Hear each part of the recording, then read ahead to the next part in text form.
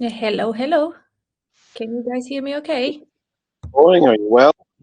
Oh, very good.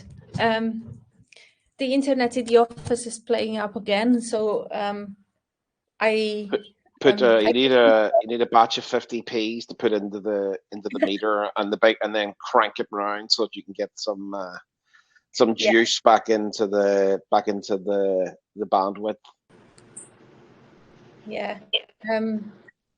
It's working now, but if I get frozen in a funny position, Robert can carry on with the call, and then I move somewhere else where the I'll internet is. take over and talk about some sort of recipes about soup or something like that. Don't panic. I've got loads of recipes that I can talk about on a Tuesday afternoon, Mickey.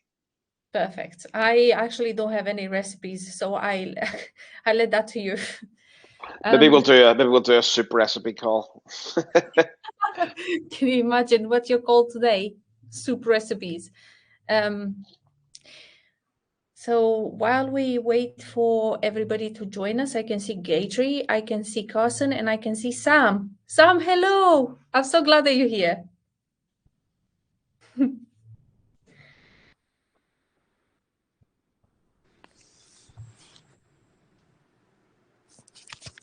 How are you doing, Robert? I haven't seen you in weeks.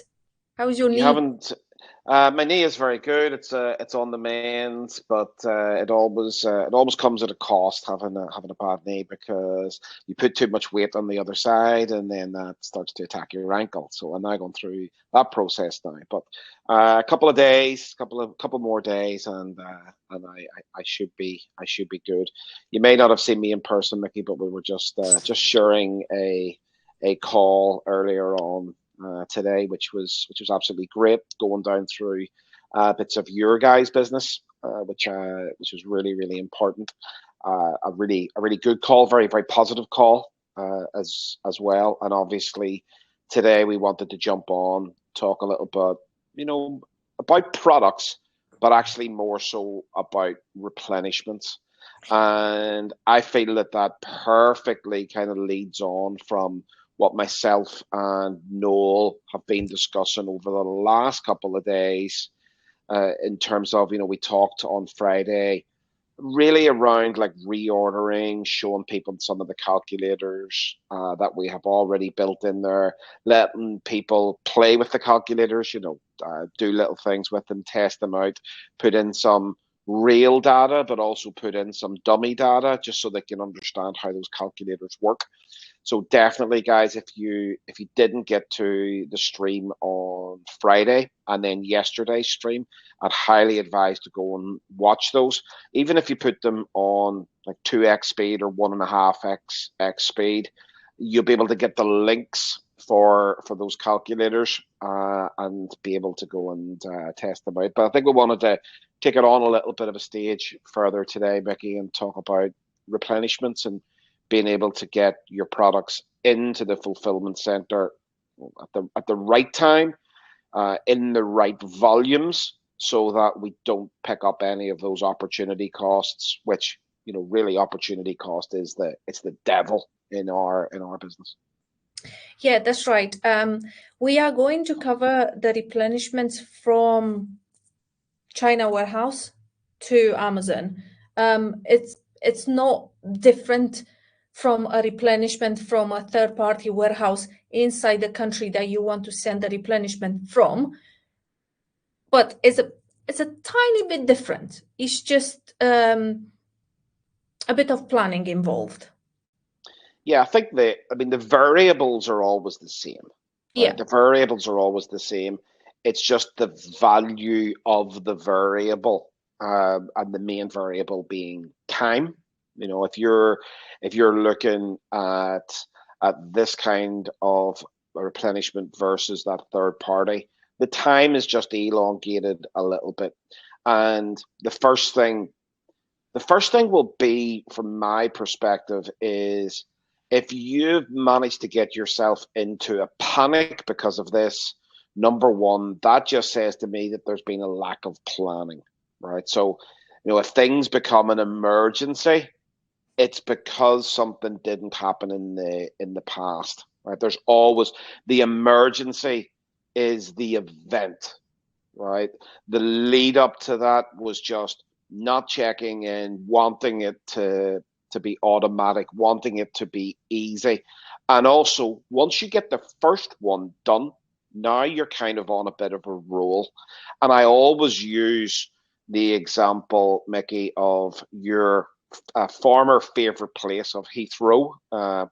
Heathrow, for anybody that doesn't know, is one of the biggest airports in the world. It's one of London's airports, and even as kids, I was always taught about how they stacked planes up, and it always used to kind of freak me out a little bit because being from a smaller city in the United Kingdom of Belfast, we don't stack planes in Belfast. They come in, they land, they take off, they do that. But of course, Heathrow having like millions and millions of passengers passing through every single. Well, I don't know about the daily scenario, but I'm sure it's in those numbers. But what they can't just allow a plane to make its trajectory down onto the runway, get parked, and another one to take off. They've got to stack them up, and then they start rotating, circling, and then making their entries. And I think actually it's 2 minutes. I think it's 2 minutes between landings at Heathrow, and that's purely to allow the air to whatever it is to reconvene to get ready for the next landing. But that's kind of the way that we've got to think about it. Let's stop thinking one dimensional, where we just create a replenishment, put it in the fulfillment center, let it go down to a certain level, then re-put it in.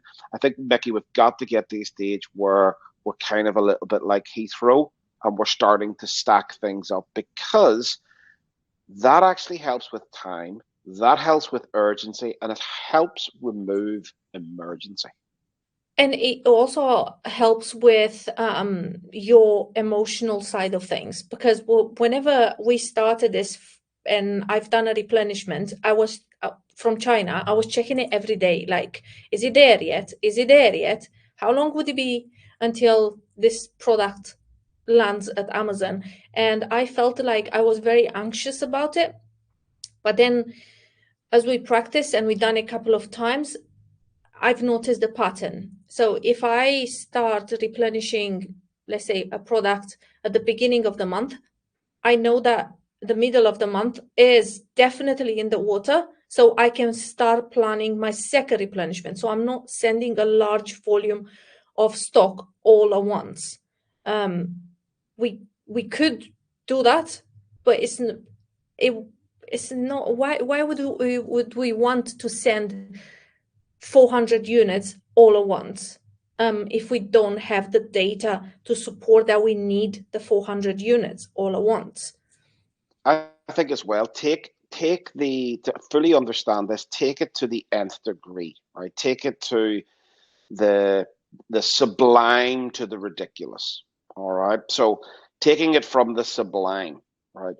Would we put one unit into stock every 4 hours? If that was our run rate, right? Of course not, right? Of course not. But equally, why would we put in 500 units or 1,000 units if that was 6 months stock, right?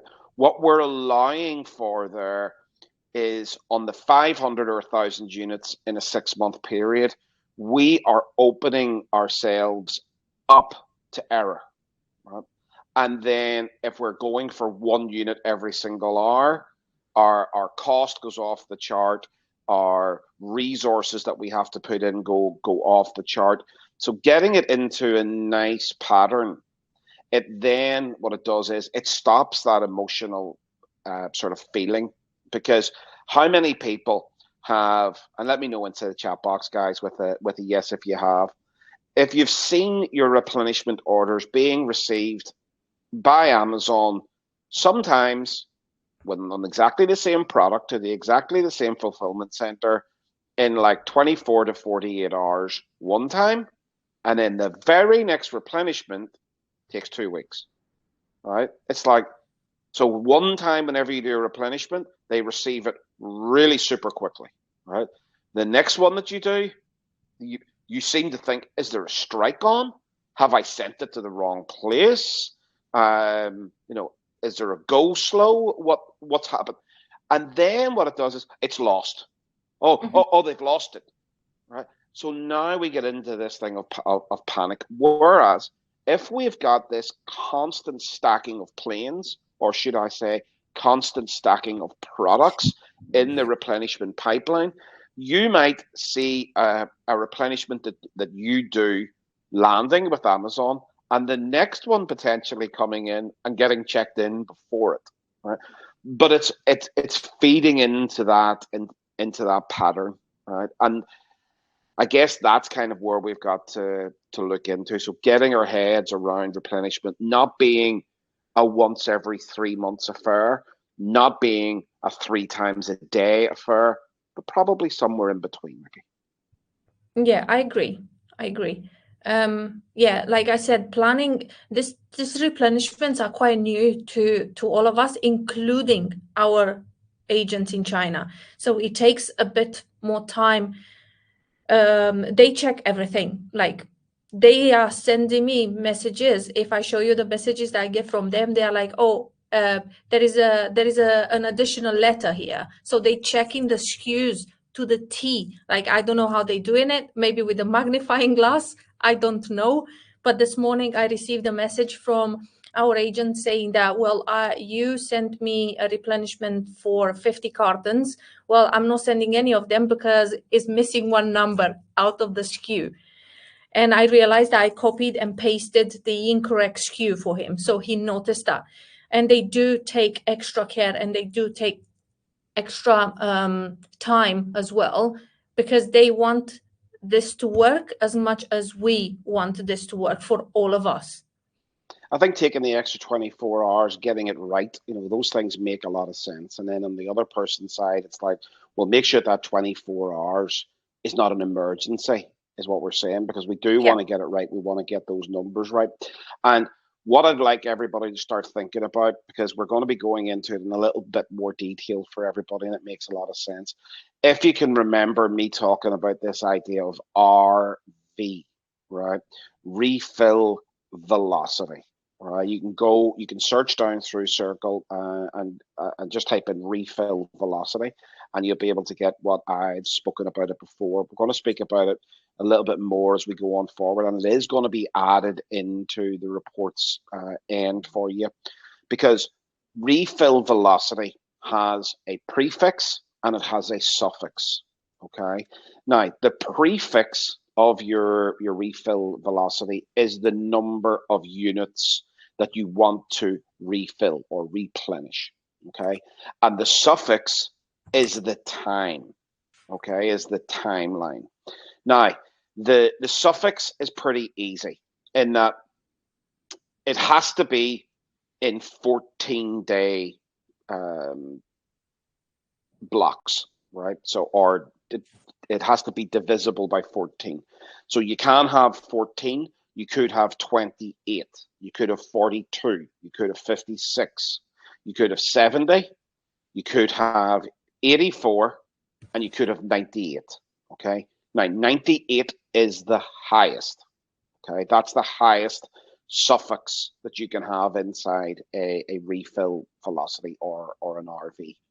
Now, the smallest number that you can have in the prefix is 1 carton, okay? Because you can't send less than 1 carton, okay? So that makes sense. And it should then tie up with everything that we've been talking about in terms of global run rates, all right? And then we start to merge a lot of the products together, because ideally, what you want to have is every single one of your products. Now, it is utopian and it's unlikely that this would be the case, but you would want to have all of your products to have the same suffix. And the reason being that it means that you're not being haphazard with your replenishments. Okay. I think that a lot of people are being very reactive with replenishments rather than proactive. So the way that we have been proactive with our reporting, we come in every 2 weeks It's inside our calendar. The calendar pings and it says, hey there, Jimmy, do your reports. The same thing can happen here with replenishments. We can actually set this up so that inside our Google calendars, it can tell us, hey, Jimmy, these are the products that you're replenishing now. Has any of the numbers changed? Go and check this out briefly and then go and do a replenishment.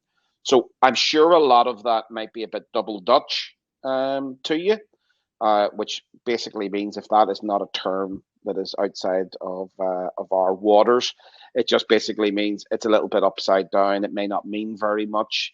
It may be a little bit, oh, what is he talking about? Don't panic too much. We will be given more and more information on that as it goes forward, Mickey. Yeah, 100%. I want to ask the group a question. So when I first started doing the replenishments, that wasn't too long ago, like I think about 2 years ago, I took them over from Ali because he would be doing a replenishment every other day. And I felt that it wasn't necessary. So I've set up a new structure for our company and for our own sanity so we don't kill each other. I will check in on Monday for every single SKU, what number of units I need to send in, and on Wednesday. So Monday and Wednesday, every single week for the past 2 years, I have checked in with our business and the number of units that we need to send in. So if you are the Ali or if you are the Mickey, I suggest you be more like Mickey because it helps with the planning and it helps with your peace of mind. You would go into the weekend knowing that you have done your replenishment on a Wednesday and the warehouse had the time to dispatch your replenishment by weekend. And then when you come back in Monday to recheck your replenishment, if you need more stock, you would also look at those replenishments that you have done on Wednesday. So the system worked for me. I don't know how you guys are doing your replenishments, but a bit of structure and a bit of planning, it helped me a lot. Well, if you think of the way that was going beforehand, if you're checking it every single day, right? Some people might see that as proactive. It's not. It's completely reactive, and there's no good that can come out of it. There's really no good. You are taking all of your structure and you're just throwing it completely in the bin. So now it becomes a daily task to go in and check down through every single thing. And I know how many SKUs you have. So therefore, it starts to become a waste of time. Now, not only that, but if you're going in every single day and you're seeing that you don't need to replenish anything, now you will be going into the depressing area, right? So it's like you will start to attach yourself to, oh, I don't need to replenish anything. That means that my sales are not good. I'm not getting this, right? That's bad. And that could be happening day after day after day after day. And it should be happening day after day, because why would you need to replenish every single day, right? So even if you did do a replenishment of one item and you got that euphoria, then the very next day you're going to get the low again immediately because you're checking down through every single item. So you really cannot win in that instance. And then what it becomes is it becomes very reactive because you go, oh, I don't know how I've missed that. Now I need to send in loads. Now you're over sending in, that's panic mode. So you really cannot win in that instance. And I think bringing it in, you guys have done it weekly. I think bringing it in now to a bi-weekly at the very least is where we need to be, because what that does is it then frees up the time. There is no need for you to be doing it every single day. There's actually not even a requirement to do it every single week. Okay, it's like, and yes, certainly the replenishment alerts in Amazon are good. They're important, but actually they can be used better, because what an alert will do is they are alerting you, and if you've got 12 SKUs in, you could get alerts one a day, right? That's going to disrupt, okay? But what I tend to use the replenishment alert in Amazon for is a reorder, not a replenishment. Simply because, and I know it's tweaking the system a little bit, But moving that out and getting that alert is a much more important alert on the reorder if your replenishment is being done based on a calendar, right? Replenishments should be every other Monday, and you're going down through as to what, and you've already got it set. So it's like this product here, product A gets replenished every other Monday, and I send in 48 units. And I don't even look. I literally do not even look, because why would it change? The only way that it would change is if my run rate inside that country drastically changed. And I did mean drastically changed, right? If it's a blip up, blip down, consistency, right? Consistency. And weirdly, this idea of consistency is extremely important inside our business, and extremely important whenever it comes to things like replenishments and reorders. And weirdly, there was a quote, right, which I actually completely disagree with. I don't know whether anybody knows the famous poet. He was from Dublin, a guy called Oscar Wilde, and he had a quote that said, "Consistency is the last refuge of the unimaginative." And it's a bit of a mouthful. So that's, consistency is the last refuge of the unimaginative. And really, what that is saying is, if you do not wish to be creative, just be consistent, right? It's a negative quote. But actually, in this instance, in this business, especially in these two areas, we want to be the most unimaginative, uncreative people going, right? We do not want to get outside of the box. We want to stay firmly inside the box, and we just want to have consistency. I'm sending in 48 units every 2 weeks, unless something else tells me other words, right? And it's like, the trend is your friend until the trend ends, right? You've heard me saying that before. This is exactly the same thing. So it's taking that and it's saying, let's not be creative, let's not be imaginative, let's just be consistent. Agreed. And on that note, I would probably should start sharing my screen.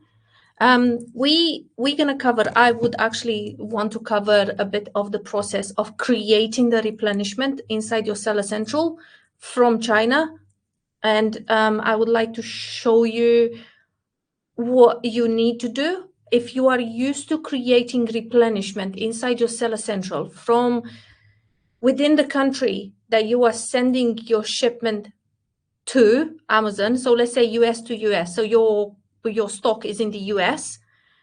There is only one thing that you would need to change, and I would like to cover it by showing you inside our own business, inside Katai's Seller Central. I will show you what you need to change. Is that working for everyone, or are you good? Yeah. No, I think it's a great thing to actually show, because as we're going forward with more education around variables and different things, this is another staple. This is another consistent part that we do over and over and over again. And I know a lot of people here have done this a million times. There are other people who haven't done it that very often. And just this one little change, I think it's great for both people alike. So for the more experienced people, just being able to get that little change into their process. I think for the inexperienced people, seeing how this is done, just giving them some practice, I think it's absolutely brilliant, Mickey. As well as, I don't know whether you're going to cover any part of the Monday side of things, or whether we're so okay. that Cool. comes to the end of everything. So first, I would like to start with the Seller Central part and what we need to change. And then we'll go into how you would request a replenishment from me and what I need from you, basically. All right, let's start. Let me see. Toggle screen sharing.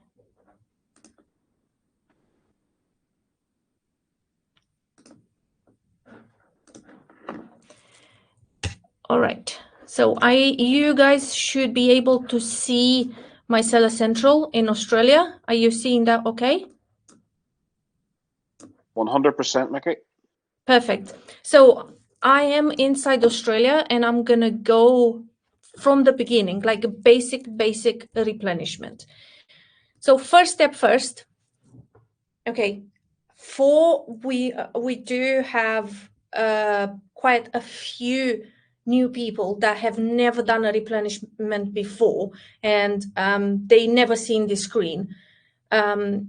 Myself and SO will be walking you through every single step, but the main thing in order to create a replenishment is to make sure that your product is listed and is active inside the Seller Central for the replenishment. So in other words, you should be able to see the product that you want to replenish. So for example, I have left this product intentionally out and I haven't replenished so that we could do it on a call today. Then you would see the product that you want to replenish. So let's say I want to replenish this product. We'll go into my drop-down menu, send the replenishment.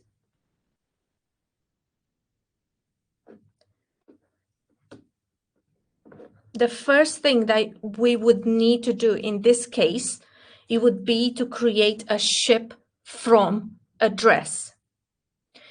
You wouldn't have that if you have never replenished, or if you have replenished in the past from a different warehouse, you will go into ship from another address, and we would need to add a new contact. The contact for the warehouse would be available. The contact for the warehouse in China is available inside Circle, and I'm also working on a simpler way of walking you through the replenishment via slides, so that you know what comes next and what you should be seeing next on the screen. If you do get stuck and you cannot find the address, give me a shout and I will share it with you. So with that said, let's say, for example, I want to add my contact. I would add a contact. Once I finalize adding all those, I would be able to create the contact. Does it make sense so far? Can you guys hear me okay? Sounds good to me, Mickey. I'm sure people will let us know inside chat box. Yes, the yeses are coming in, just a wee bit of a lag. All right, perfect. Then I've added my ship from address. As you guys can see here, this is a warehouse address that I've created in the past from inside China. Then if you have never created a packing details for the product and you do not have the carton DIMS inside, you would only see in this here, you would see individual units. We are not sending in individual units. We are sending a full master carton. So you would click on the drop-down menu, and then you would create a new packaging template. How does it look like? Let's say I want to create a new Australia. 2 is a case pack, units per box, 10. No, I'll put 8 so I don't get confused. And 23, 23, and 45, and box weight 18. Now, the difference on the packaging templates between UK, Australia, Canada, they are using centimeters. If you are inside your Seller Central in the US and you want to create a packaging template, you must convert the centimeters to inches and the kilograms to pounds. Perfect. Then we'll save this. It will go back to individual units, but on the drop-down menu, you should have the template that you just created. So I've created Australia 2. I'm going to click on this, and I am going to send 2 boxes. 2 boxes, 16 units, because we have told the system that inside a carton, we have 8 units. So 2 cartons, 16 units, ready to send. Confirm and continue.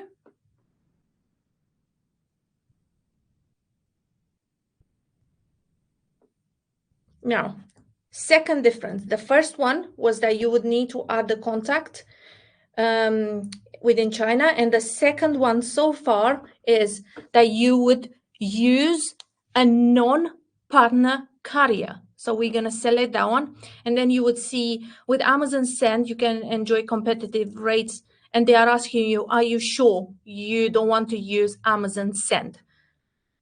We don't want to use them. We would use our own shipping carrier. And then we confirm that. When would the replenishment leave? I always put it on a Friday. I don't know why. I always give an additional 2 or 3 days because of the time zone difference and because the warehouse, let's say you're doing a replenishment in Australia, they are way ahead of time. They're going to come on, we are on the 19th of March. For them is already 20th. Or something like that. So I give a bit of time there. We are sending a small parcel delivery. And in here, on the select shipping carrier, you see that you have the Australia Post, RMS, Toll, and other. In the US, UK, and Canada, you have a lot more options. But every time you do a replenishment from China, you choose other. It doesn't make any difference. They don't need to know what carrier you need to send in. I always choose other, and I never had any problems. How will the shipment be transported? You have 3 options: air, ocean, or ground. From China, is transported by ocean. Okay, then I'm double checking 2 boxes, 1 SKU, 16 units. Accept shipping cost and confirm shipment. If you have done everything correct and you have chosen the correct carrier, non-partner, you should have 0 as the shipping cost. Total estimated shipping fee, 0.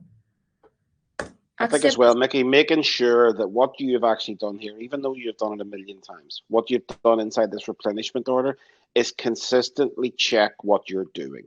Okay. Yeah. Because a replenishment order, how many of these are you doing on a monthly basis? Right. Take your time. There is absolutely no medals or glory for rushing this, trying to get it done in 6 minutes instead of 10. Because you do it in 6 minutes, rushed, while the kids are running around or while you're sitting on the waiting on a train coming, you're going to make mistakes, right? Get some focus time, look at the different areas, answer the questions, right? It's like the units per carton, how many cartons, what is the weight of the carton? Go and check these things out. You have all of these details, right? This is not a place to get analysis by paralysis or paralysis by analysis, right? This is not an area to get overwhelmed. This is just an area to get it right. Take your time and get these details right. It's not difficult to do. It just takes a bit of focus, Mick. Yes, it does. Now we are at the label part. We don't want thermal printing. So we could have 1 label per A4 or 6 up per A4. It doesn't matter. But for that's how I done it forever. 1 label per A4. It's totally up to you as long as you don't select thermal printing. Now I'm quickly having a glance to make sure that I have everything. I do have everything.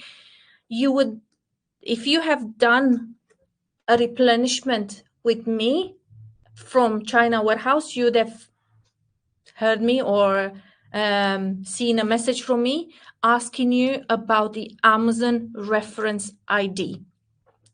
At this point here, you see that I don't have it. So we're going to have to print the label and do one last step. Obviously, I'm going to download my labels. And I'm not changing the format in any way. I'm downloading them exactly how they are from Amazon as a PDF. Then I would go back into my shipping queue. And you would see here, all of my other ones, they have an Amazon ID. Why do I need this from you? Our freight forwarder actually books space and double checks the Amazon warehouse fulfillment center by those codes. So that's why I need them from you. And I will now show you where and how to tell me those IDs. But it does take a bit of time. So don't panic. If you see NA, you haven't done anything wrong. It's just the system needs a bit of time to update itself, and you would be able to see the code. So while this happens, what I need from you, let me stop sharing this screen and start sharing another screen. All right. Let me just double check that I have it open. Yes, Mickey, just while you're finding that, Yep. just some people asking about, you know, will there be a scribe? Will there be videos? Absolutely, we will have all of that scenario. But I would also recommend knowing why we're going through it at this, just so that you can understand the process, because that comes down to fish nuggets again. Right? It's just like, we're just going to give you a scribe and you're going to follow along. We're going to get questions, right? Because you don't understand the process and you're just doing dot to dot, right? We don't want that. We want you to have the guide which helps, not the guide that does the process, right? Everybody here drive a car, right? Does everybody here drive a car? When was the last time you drove the car with the manual open? Never. Okay. If you drive a car with the manual open and you're following step by step, I'm going to stay the hell out of your road on the road, because you're going to crash into a lot of things and you're going to cause a lot of damage, right? Because you're just following through the manual. Oh, I put the car into gear, boom, right? Oh, I fill up the tank here, but there's just going to be car crashes everywhere. Whereas if you understand the process, right, and then whenever something goes wrong, you use the manual. Oh, that's where the water goes, right? Or if you've jumped into somebody else's car and you can't find the headlights, oh, that's where the headlights are. It starts to make sense, right? So there we go. And Celeste, don't worry about master boards or asking. There is a master record section inside Monday, so it's not your master products record. It's the master products record. All will be shared in due course. Right? Stay on bridge 4. That's bridge 12. Stay on bridge 4. I just wanted to say that we can cover that. There is a scribe and there is a loom on what we're covering today. But on the scribe and the loom, I didn't go into the details of why and what I need from you guys. I just show you, like, click here, click there, and step by step, exactly what Robert said. But I wanted to come in here and show you how it's done on a live product that we actually have. So the next step, you have downloaded. So far, so good. You know what you have to do. There is an additional step. How would you tell me that you want to send some stock? And that is via a Monday form, which I am going to show you now how to fill up as well. It's very simple. Let me just find it.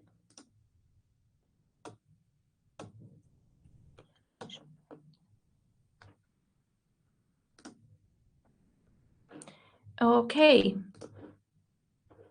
That is the form. The form is also inside Circle. If you cannot find the form, send me a message and I will send you the link to it. But it's inside Circle. Now, what do I ask from you on this form?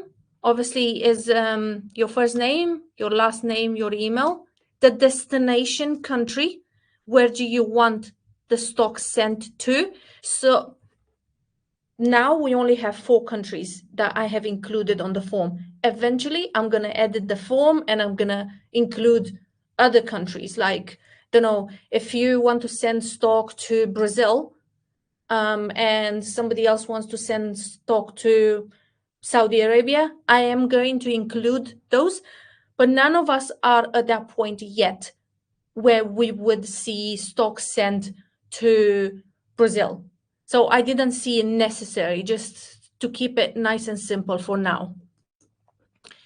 The product SKU, the product description, the number of cartons, and the FBA replenishment labels. Actually, let me just fill this up quickly so you guys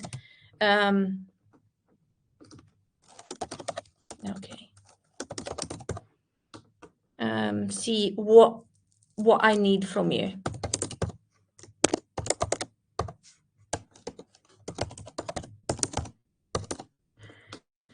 Destination country, US, product SKU, test 5 4.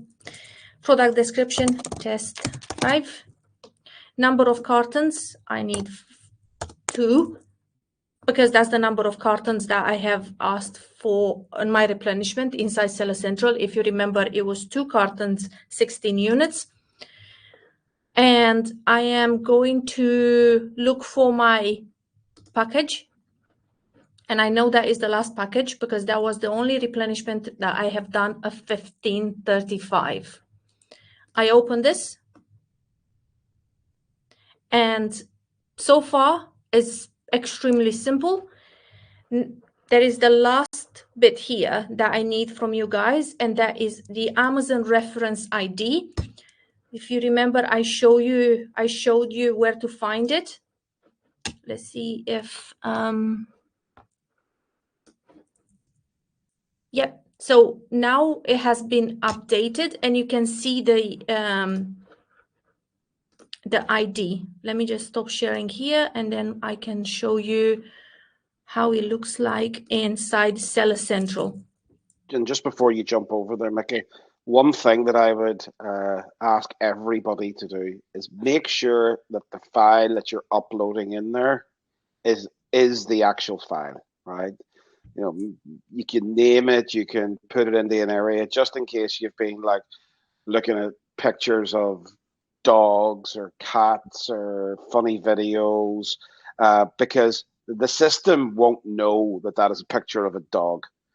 We have to go down and check all the different things. And therefore, if we see pictures of dogs or cats or this, that, or the other, we're going to have to like reject that replenishment. And it's kind of just a bit of a waste of time. And I know it may sound a bit funny and everything else, but believe you me, right?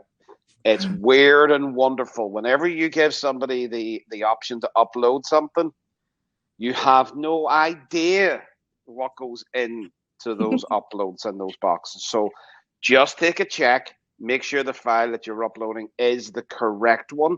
And especially so, take a little bit of time, because if you've been doing multiple ones in one go and you're not focusing, you could upload an FBA label there for a different fulfillment, right? Yeah. So take your time, okay? Take your time. So if you remember, we didn't have an Amazon ID here, but now we do. Like I said, it does take a bit of time for them to issue an ID. Once it's there, it's there. If it's not there, just give it another 5 minutes and refresh your page, and then you should be able to see the Amazon ID next to your replenishment that you have just created. So if I always... And also just to point out that the Amazon reference is not the one that's at the top there, okay? Because that is what you would type in. So that FBA, STA, and the date, right? That's what you can type in to name the shipment. The Amazon reference is beneath it, right? That's it right there. Yeah, so you have the FBA reference and the Amazon ID.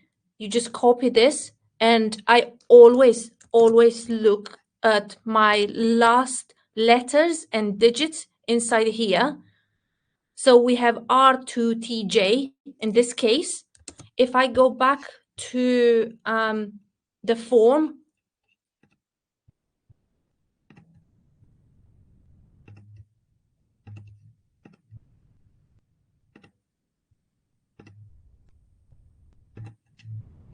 if I go back into my form, I know for a fact that I have uploaded RT2J because I have checked and it's built in me to double check. Okay, if you don't remember, like a droid's name from Star Wars, R2DJ. Say a friend of R2D2. R2TJ. Okay, that's what I need from you in here. On the Amazon reference, I need you to send me the FBA reference and the Amazon ID. The Amazon ID is checked by the freight forwarder, and this is checked by me to make sure that it matches your labels. So if I submit that now, that's what you will see. And I've also created an automation. You should receive an email saying that we have received the form. I also want to show you what I would see when you send me the Just while you're moving over there, Mickey, I think it's also very important. Those two little bits, they're a wee bit what we would call sort of like belts and braces. Okay. It may seem like a little bit of overkill. I'm sure some people are maybe thinking or listening to the replay going, oh, that's more work that I have to do. Realistically speaking, it's a couple of minutes, right? But what it does do is if you have potentially made a small error, which can happen, where you're doing a number of replenishments and you put that wrong label in, but you actually grab the correct reference number, it's another check. As Mickey was saying at the top of the call, going down through, being meticulous here, right? It's not that nobody trusts anybody here. It's just, why not have an extra layer of check, right? We know that we can put a bit of resource into it. It does take time. We know the vast majority of times you're going to get it, correct. That's all great. But why not have the extra layer so that if you have made a mistake, maybe the focus wasn't there, maybe somebody was shouting in the background or whatever, or you've been drinking heavily, we can always then come back around, double check that for you, and make sure that mistake doesn't perpetuate into something worse. That's exactly what I was saying. When I come in here, as you can see, the form is working, and I will receive the request instantly. As soon as you see that the form has been submitted, I would receive your request.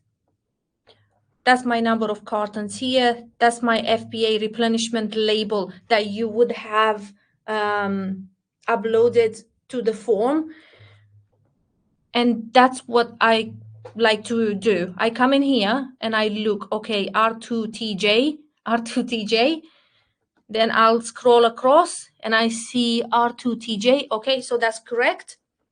Then my last part of this would be to tell our agent that you would like to send a replenishment. Obviously, I'm not going to go through this because it's something that you would never see. This is how I communicate with our agent, and this is how I'm telling him that we need a shipment sent to the United States, and I will need a shipment sent there, and so on and so forth. I think too, the nice thing here is having this Inside Monday means that now there's a connection, right? Now there is a connection that you've created a replenishment order. There's a record in there. Whenever something happens, automations can be built. You can be notified of the next step, right? So therefore, you're getting notified at every single part, right? It's like, that's what everybody asked. That's what everybody was screaming for, was communication, right? Where is this? What's been happening? Give me an update. Completely understand. That's what I like, right? I like to be updated on different things. I like to know. And as we continually sort of build out these different things, Mickey will continue to to educate and give you the knowledge as to what's kind of happening next. And I know what's around the corner, but I've been sworn to secrecy. And you know me, I'm really good at keeping secrets, right? So that's it. That's all I'm going to say. But Mickey will certainly update you as time progresses. All I'll say is it's really good. Yeah, I know you and I gonna have to sit down. Is that part of the secret that we building? Yes, so we'll say absolutely nothing. You've brought me in to consult with you on that end of things. Yes. But I kind of know where you're going. I absolutely love it. The secret is worth keeping, so that whenever you reveal it to everybody, because I don't reveal any secrets, never have done, never. I've never been known to say anything, right? You'll be able and then everybody will get to see that little bit extra, and that's pretty cool. I know that one morning I'll share something with the guys. One morning Robert came to the office and it was like 8 in the morning and he couldn't sleep. So from like 4 in the morning to 8, he built something that he called the nerve system, and I loved it. And I can tell you now, that system will bring everything together: replenishments, stock, reports, and what else did you put in there? I can't remember because I was so excited. I just looked at my area. I didn't really pay attention to the rest of I'll it. have to go and look again. It was pretty much everything. I think it was also menus for what you were going to have for dinner, how to make your dinner, how to eat your dinner, which is obviously it was fish nuggets. But yeah, it's a really good way of bringing everything together. So the magic always happens between 4 and 8 in the morning whenever I can't sleep. Yeah, that's 100%. And I'm not going to share anything else. I know that we all were extremely busy on different areas. I feel like we have a hang or an understanding on how we're going to do this. And again, it comes back to structure. We're going to need to sit down, and my ideas and Robert's ideas, they need to go on a board, and then we're going to need to discuss it because there are so many and sometimes they clash.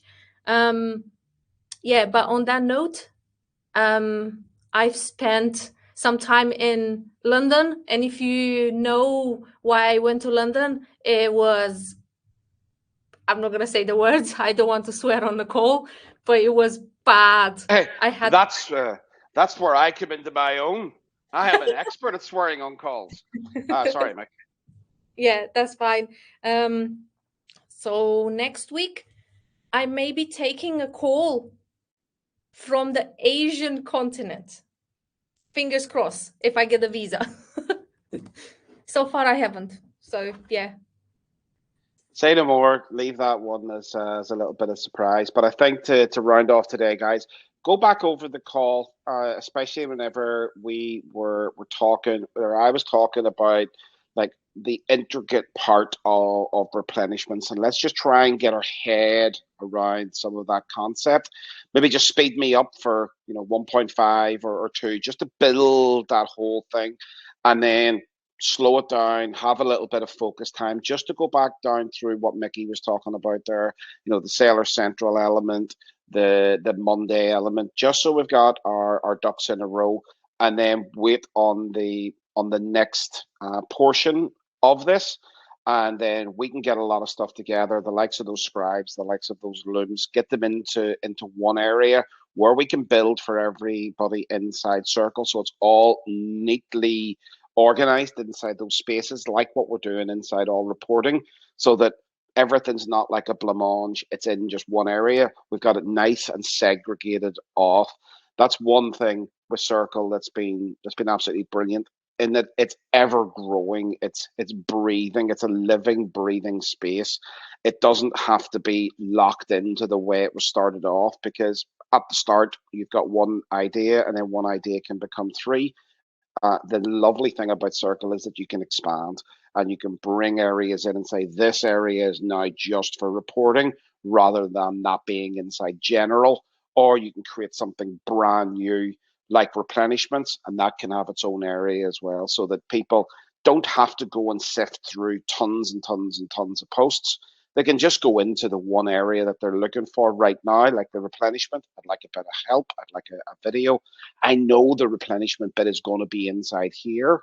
That's where I'm going to search for it, and that's where I'm going to find it a hell of a lot quicker. So thanks to everybody for joining us today. It was great. I'm going to leave you now. Mickey, it's your call. I'll let you see everybody out. I'm shutting the hell up. No, thank you for joining me today. It's supposed to be SO and I, but SO decided that he wanted to cruise this week, so he's on a cruise.